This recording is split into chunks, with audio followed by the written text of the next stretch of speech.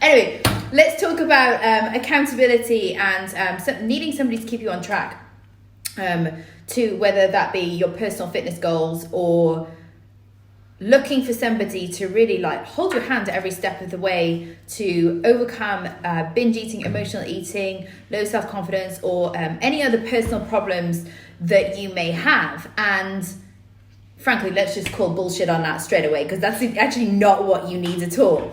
And so that's why I brought David in here today to talk a little bit more about like sort of the behind the scenes on what you actually do need to overcome any form of personal problem. Now, look, it's all very well and good. Like sometimes, of course, we need help and we need support and you need somebody to sort of hold your hand. But what we don't want is somebody to drag you through the process, so to speak, or incessantly be your cheerleader. And I've said this quite a few times, like to my clients over the years. I'm not here to be your cheerleader. Like, I'm here to guide you and lead you, but I'm not here to go, come on, like, you can do it. Because that should be you talking to yourself. And so let's talk obviously specifically about binge eating and emotional eating, because a lot of ladies in here really struggle with those types of things. And obviously, like, that's a manifestation of basically other thoughts, feelings, and behaviors that are kind of going on behind the scenes. So, you know, why is it that somebody feels like that they need more accountability and more support? And if they're accountable to somebody, then maybe they'll do the work. Like, what is it that they're actually looking for when they say that? Yeah, a lot of people are looking for somebody else to provide the motivation, somebody else to convince them that doing the hard work is worth it, and to convince them that, no, you really can do this, and it's unsustainable if that's what you're looking for. And ultimately what this really comes down to is taking complete ownership for the results that you're getting or not getting. And the people that we see succeeding the most in life generally, and you know, fitness and health and overcoming a disordered relationship with food is absolutely included in this, but it also applies to everything else, whether it's business or relationships. The people that succeed the most are the people that take complete ownership for the results that they're getting or not getting, and they seek coaches to help them with the gap in their skill set or their inability to, you know, to process what's going on, or, you know, even if it's emotional stuff, right? So even if it's stuff whereby you don't know how to handle the stress and the overwhelm at work, or the uncertainty in your life, and you feel confused and overwhelmed, that you can still have a coach who is going to teach you how to approach that differently. But the key difference that tells us whether somebody is taking ownership or whether they're looking for somebody else to ultimately do the work for them is how they show up when they get stuck. When they get stuck, the person who's taking ownership will relentlessly apply what they already know, what they've been taught by their coach, the skills that they've learned. They will just go, right, how do I approach what I've learned so far to this problem? And they will go all in. And if they still get stuck after giving it genuinely everything that they've got, then obviously they're going to reach out to their coach and go, hey, this is the situation. This is where I got stuck. What do I need to do to make this work in this situation? The person who's not taking ownership just complains about shit. They just complain and talk about how hard everything is, and I can't do it, and blah blah blah, and they get stuck in and addicted to the story about why everything is so difficult and insurmountable, but they're not actually looking at the objective specifics for what do I need to do to turn this around. This is what happened. This is the perspective that I currently have, and these are the skills that I've currently applied, and this is the way that I applied them, and these are the results that I got. And I'm still stuck with this. I'm still struggling to let this particular thing go. That's the person who takes complete ownership. The person who, like I say, is basically just going to spend most of their time just complaining about stuff. Because life is hard, right? And, one of the things that I talked about yesterday on my Facebook Live is like, you gotta get tough. Like, shit isn't gonna be handed to you on a plate. Like, life is hard. And they say, that saying, like, good things come to those that wait. But also, like, I also disagree with that. Like, good things come to those who work really fucking hard to go and get it, no matter what. And I think that sort of mental toughness has to be applied here, because it's about building this resilience and having this attitude of, shit is really tough for me at the moment, but it's irrelevant. Like, I can and I will do this. And it's developing that attitude, and it is an attitude. And it's something that I talk a lot about with the high value woman stuff. It's that attitude of, when shit gets hard, I'm going to get tougher, and I'm going to work harder and smarter. And it's not necessarily about keeping in your grind and chasing your tail, because as David was saying, like, when shit gets hard and you just complain about stuff, you're basically like this little rat just chasing your tail. What you need to do is basically step back from the situation. And so many of our clients really struggle to see the big picture, because they've got all of these like clouded thoughts in front of them of, oh my God, what if this, what if that, what if I do go all in here and then I fail? Like, what does that say about me? But what about this? What about that? And you've got like all of these like 20 million like imaginary scenarios in your head that most likely will not happen and will never happen. And what happens if you just focus on that one thing of what are the skills that I've learned? What have I applied in this situation? What is my outcome right now? Where am I still struggling? X, Y, and Z. Maybe you have like 3 things that you're still struggling with, and that's what you come to your coach with. Or that's what you go to your brain with those 3 things. Okay, how can I brainstorm X, Y, and Z? That is it.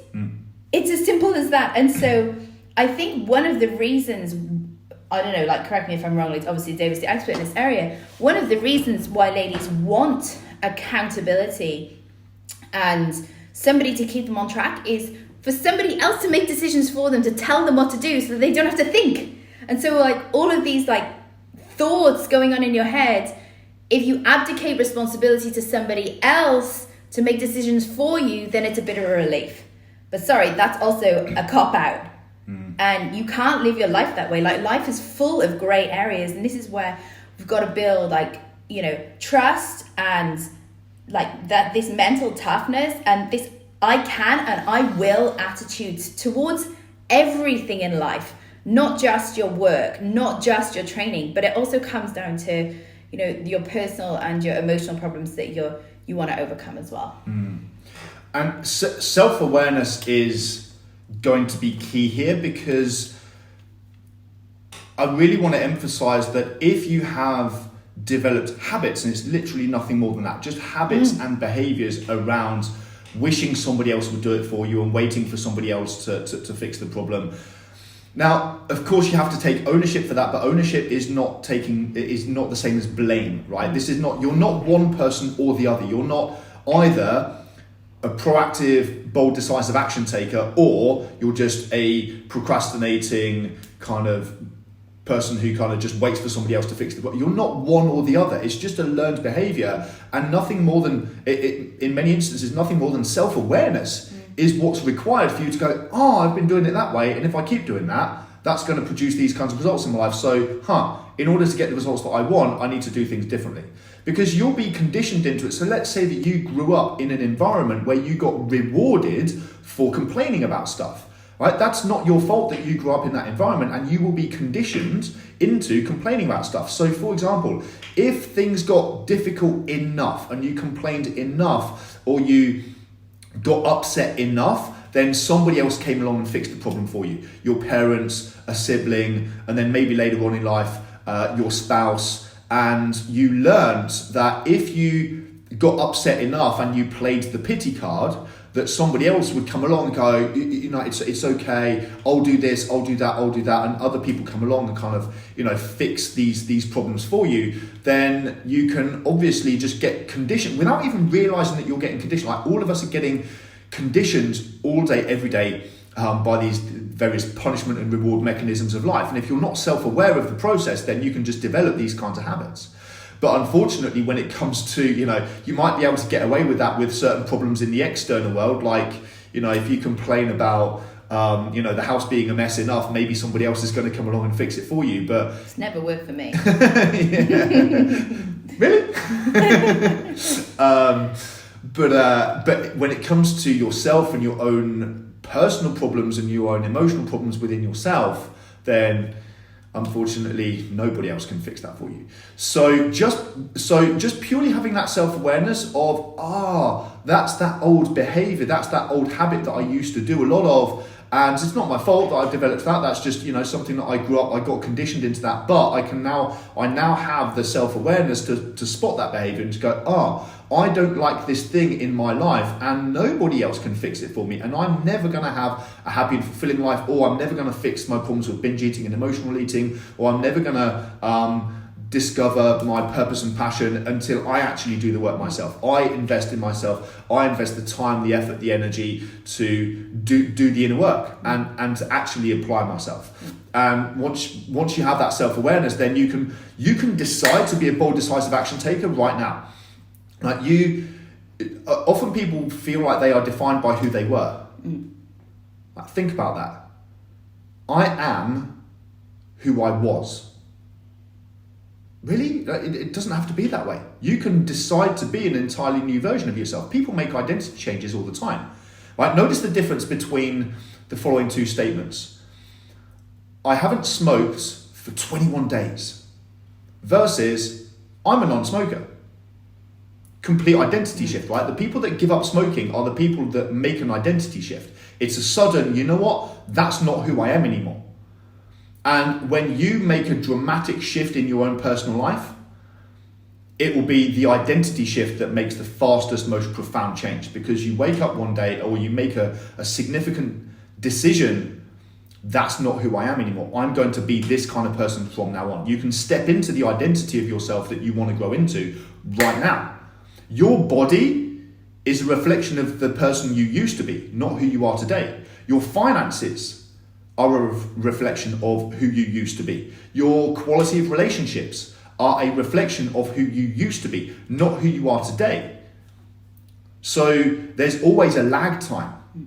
Your body, you can choose the identity of somebody who has the body that you want.